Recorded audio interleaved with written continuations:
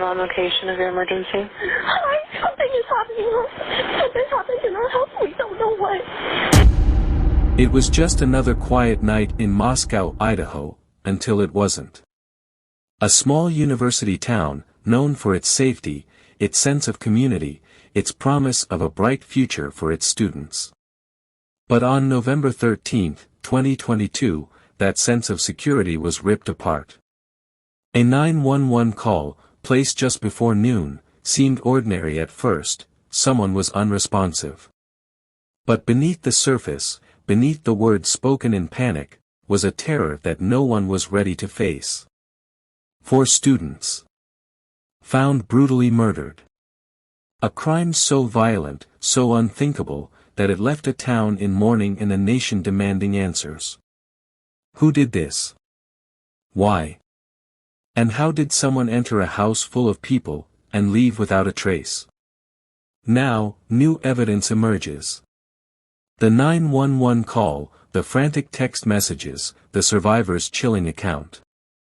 Tonight, we analyze the details, piece together the puzzle, and uncover the haunting truth behind one of the most gripping murder cases in recent history. Before we begin, if you find this content valuable and want to stay updated on the latest developments in this case and other true crime stories, be sure to like, share, and subscribe. It helps us continue our investigations and bring you the most accurate, in-depth reporting. Now, let's begin. On November 13, 2022, a brutal crime shook the quiet town of Moscow, Idaho. 4 University of Idaho students, Maddie Mogan, Emily Goncalves, Zanna Goncalves, and Ethan Chapin, were found murdered in their off-campus residence. What was supposed to be another night of friendship, laughter, and college life ended in unimaginable horror. The victims, all young and full of promise, were beloved members of their community. Maddie Mogan and Emily Kotal, inseparable best friends, were known for their bright personalities and ambitious dreams.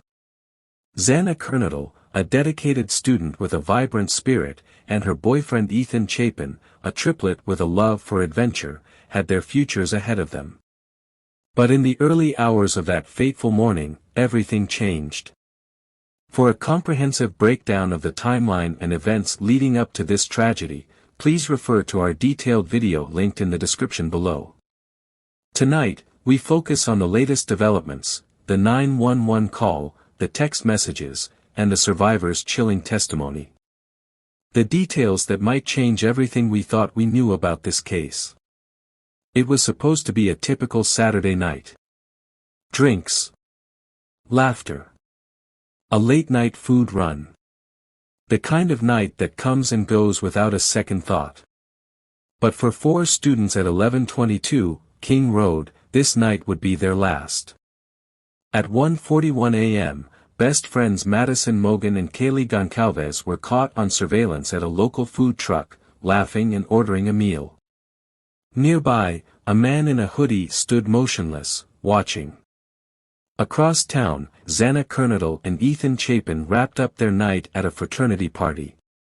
By 1:45 a.m., all 4 returned home. Lights flickered off. The house went silent. But between 3 o'clock and 4 a.m., someone else was inside. Moving through the house. Room by room. Silent. Calculated. Deadly. No calls for help. No alarms. By morning, the house remained still. And for nearly 8 hours, no one knew what had happened. Until 11:58 a.m., when a single 911 call changed everything. The call came from inside 1122 King Road, reporting an unresponsive roommate. But when police arrived, it became clear, this wasn't just a medical emergency. It was something far worse. The voice on the call, shaken, uncertain. The words spoken, disjointed, filled with confusion. Reports of someone passed out. A request for help. And then, a chilling detail. In the background, panic, sobbing. A sense that something was terribly, terribly wrong. Now, for the first time, we hear what was said that morning. The moments leading up to the police discovering a crime so brutal, so shocking, that it would send ripples across the nation. Listen closely.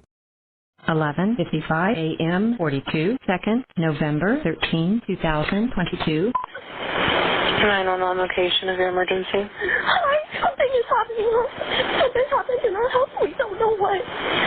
What is the address of the emergency? 1122.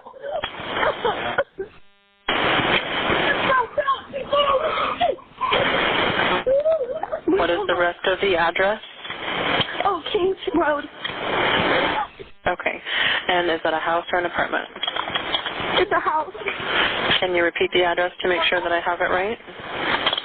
I'll talk to you guys. We live at the White, so we're next to them. I need someone to repeat the address for verification. The address, 1122 King Road. And what's the phone number that you're calling from? What's your phone number?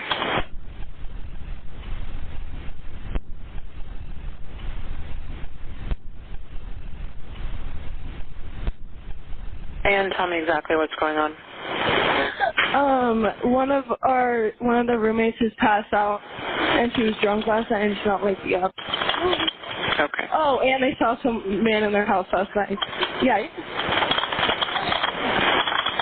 Hi, this is. And are you with the patient? Okay, I need someone to keep the phone, stop passing it around. Can I just tell you what happened pretty much?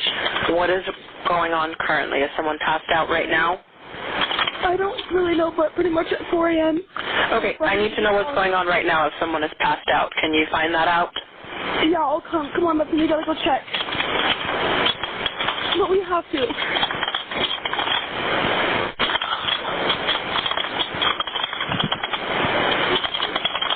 Is he passed out?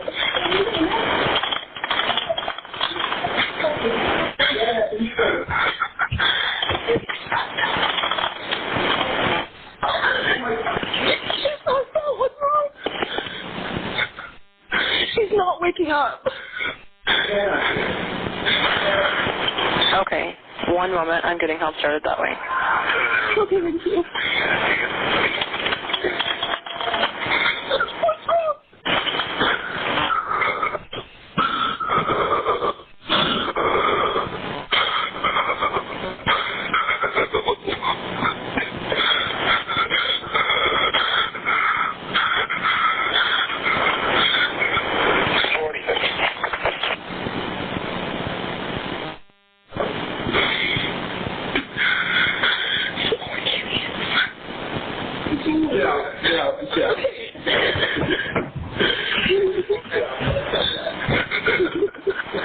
Okay, and how old is she? She's 20. 20, you said? Yes, 20 here, 20. Okay. Hello? Hello? Okay, I need someone to stop passing the phone around because I've talked to 4 different people. Okay, sorry, they just gave me the phone. Is she breathing?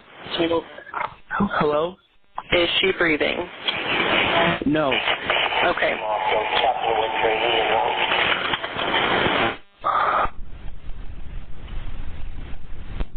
You need to talk to them, okay? I can't talk to them. They need you to talk to them. Hello. Okay. I have already sent the ambulance and law enforcement. Stay on the line. If there is a defibrillator available, send someone to get it now and tell me when you have it. Say that again? There's a police here right now. Okay. If there is a defibrillator available, send someone to get it now and tell me when you have it. We don't have one. I think yes. Do you have a defibrillator? Yes, you have one. Are you talking to the officer? Yes. Okay, I'm going to let you go since he's there with you and can help you. Okay, thank you. Bye. Okay. 11:59 a.m. 49 seconds, November 13, 2022. The 911 call was made at 11:58 a.m., nearly 8 hours after the murders took place.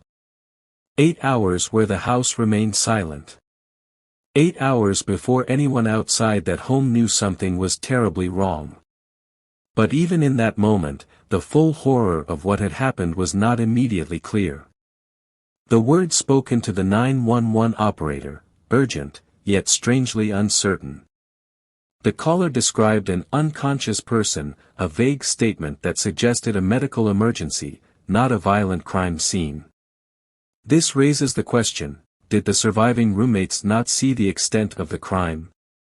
Or were they simply unable to process what they had just walked into? Investigators and forensic psychologists have analyzed this moment carefully. Experts suggest that in high-stress situations, the brain often struggles to process traumatic events in real time. It is possible that in the haze of shock and confusion, the true nature of what they were seeing didn't register immediately. The surviving roommates, Dylan Mortensen and Bethany Funk, had reportedly been inside the house the entire night. Yet they did not call for help until almost noon the next day. Some speculate they may have assumed their roommates were simply sleeping off a long night. But if that was the case, what triggered the call hours later? And what exactly did they see before making that decision? In the background of the 911 call, muffled voices, panic. There are moments of silence, then bursts of distress. Some words are clear. Others, lost in the chaos. But one detail stands out: when officers arrived, it was immediately apparent that this was no routine medical emergency. Police would later confirm that there was an overwhelming amount of blood in the home, so much that it had begun seeping through the walls. If that was the case, how did it take 8 hours for someone to realize something was wrong? Was it fear? Was it shock? Or was there something else, something that investigators are still trying to piece together? Experts have examined the 911 call, analyzing not just the words spoken, but the tone, the hesitation, the uncertainty in the caller's voice. Was it trauma-induced confusion? Or did the surviving roommates truly not comprehend what had happened in the house that morning? As the chilling 911 call echoed through the quiet town of Moscow, a new layer of evidence emerged, one that may offer even more insight into the terrifying final hours inside 1122 King Road. Newly released text messages between the surviving roommates, Dylan Mortensen and Bethany Funk, shed light on their confusion, their fear, and the uncertainty of what had truly happened inside that house. Investigators now believe that between 4 a.m. and 11:58 a.m., messages were sent between the roommates, their words hinting at the unease they were feeling. One message reads simply, "No one is answering." Another, "I'm really confused right now." Kohberger maintains his innocence, pleading not guilty to all charges. His defense team argues that the evidence is circumstantial, that no murder weapon has been recovered, and that his DNA alone is not enough to convict him. But prosecutors are confident in their case, so confident that they are seeking the death penalty if he is found guilty. The trial is set to begin on August 11, 2025, and is expected to last several months. Legal experts predict it will be one of the most closely watched trials in recent history, as the world waits for answers, and for justice. What happens next? And could there be more to this case than we know? The murders at 1122 King Road were not just a crime, they were a wound that cut deep into the heart of the University of Idaho and the town of Moscow. A place once known for its safety and warmth was suddenly thrust into the national spotlight, marked by fear, grief, and unanswered questions.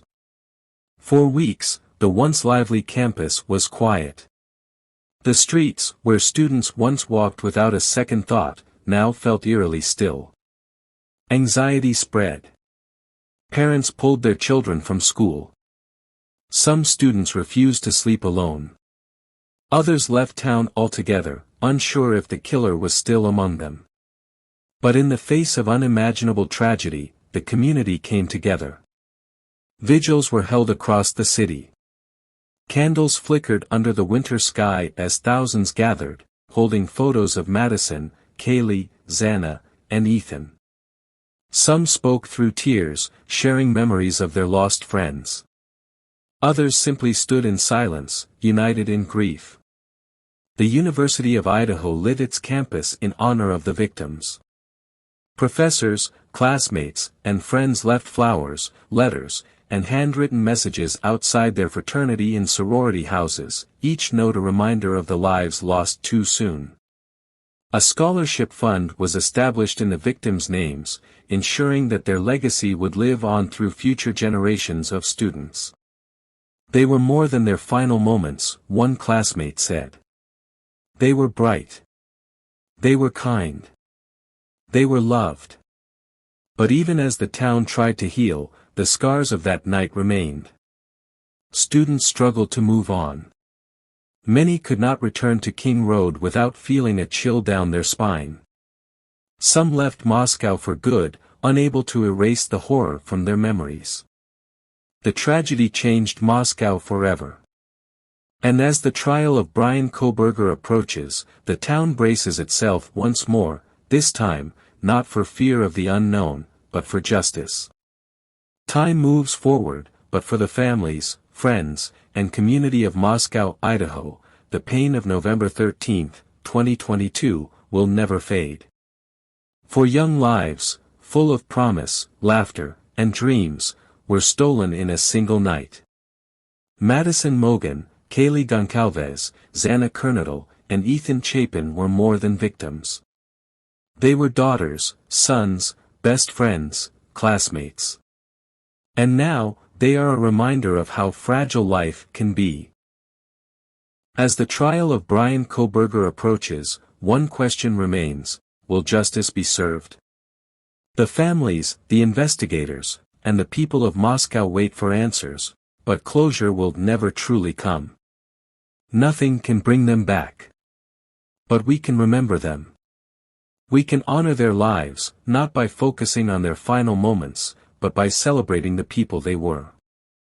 We can also fight for change, better campus safety, stronger protections for students, and a commitment to ensuring that what happened at 1122 King Road never happens again.